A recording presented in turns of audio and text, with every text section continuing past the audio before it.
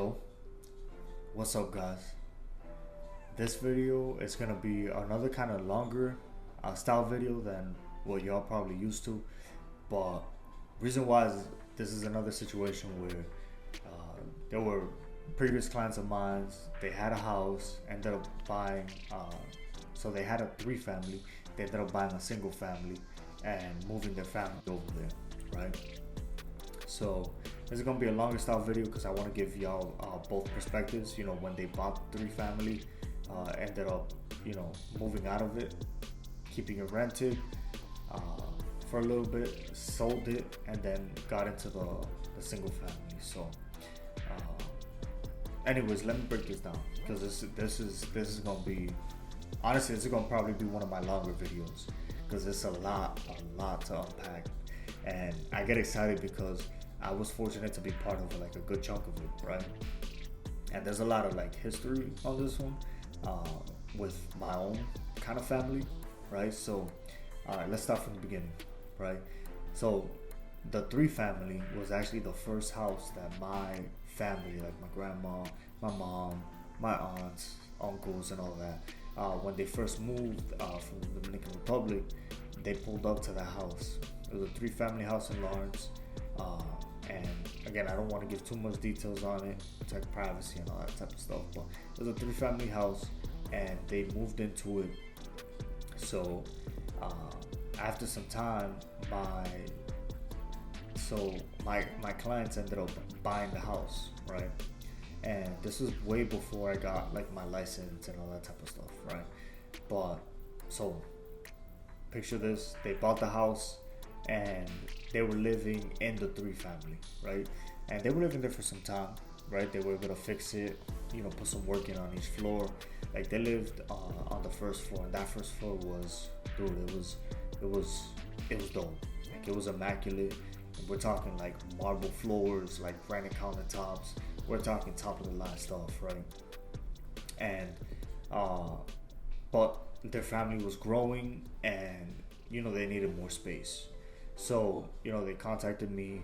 They ended up looking into getting maybe a single family with more space to fit the whole family, right? So they ended up getting pre-approved, and we did see a couple of houses.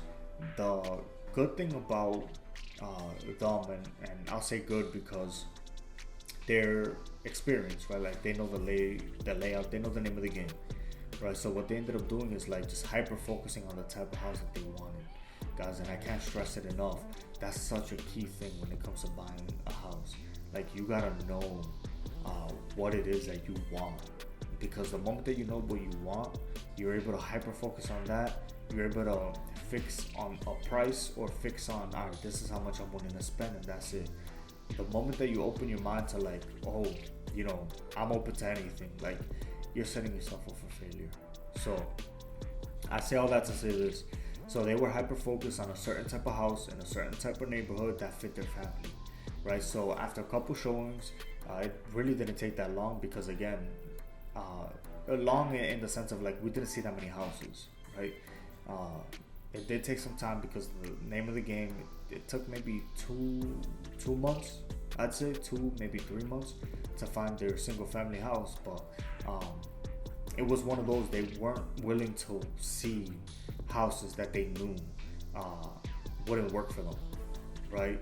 So we ended up seeing the single family house in a great place, place that they were actually looking for, and like the exact neighborhood they were looking for.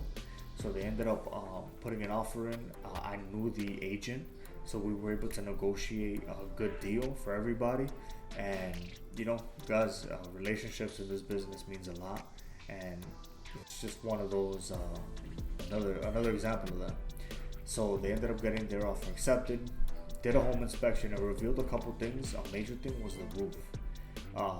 It was nearing its lifespan and all that type of stuff, but they were cool with it. They knew what they were signing up for, and they knew, right? Like they were completely happy with it because it's exactly where they wanted the house, the exact amount of space. It was a single family with an in-law in the basement, right, with its own egress and everything. And Like it was perfect for their growing family. So they ended up buying the single family house, planning a space, and so it was actually come to think about it, it was actually in the neighborhood that I grew up in. So it was pretty cool to see. Not gonna lie, and the so I do want to go back and say, as soon as we did walk into the house, well, I remember it was an open house. We walked in through the living room. It was an addition that had been built. We walked into the addition, and as soon as we walked in, the wife was like, "Yo, this is it. This is it." And it's one of those, like, honestly, guys, if you know, you know. When you get that feeling of, yeah, this is the house that's meant for me. Uh, it's exactly what happened on this one. The wife was like, "This is it." She told me straight up, "Do not lose this house. I know this is our house." So I went to work. She had never said this about any house that I had shown before that. Right? So legit, like, this was it. I went to work, tried as hard as I could, and ended up, making it work for them. So they ended up, being happy. Excuse me, being happy with the purchase, and being happy with just everything. Ooh, wow. Sorry, guys. Being happy with everything, and the breakdown and everything, the price, the way that it was done, and all that type of stuff. It was like the perfect house for them, right? So they ended up living there for some time. They tried to kind of time the market, right? So they ended up putting the house on the market. They ended up putting the 3-family on the market too. And the reason why I say timing the market, guys, is because there's this kind of fine line when it comes to, like, stocks, real estate, any kind of investment, of timing the market versus time in the market. So they tried timing the market, right? It was around the COVID time, it was uncertainty, and they were kind of iffy on the way things were gonna, go down. And what they ended up doing is selling both of the houses, and pocketing a ton of that equity. They pocketed a lot of that equity, and it was one of those cases where, yeah, they made some good money, trying to time the market. But if they would have stayed a little bit longer, it would have been maybe a little bit more kind of better for them, right? It would have bordered a lot better for them. But I completely understood where they came from, because they had owned real estate back before the 2008 crisis, right? So they were afraid of something like that happening again, with all the fear during COVID and all that type of stuff. So, they played it on the safe side. Let's sell the houses, let's make some money, and kind of pocket it and weather the storm and all that type of stuff. Plus, the husband wasn't working. He had just got laid off, with COVID and all that type of stuff. So they were kind of playing it safe.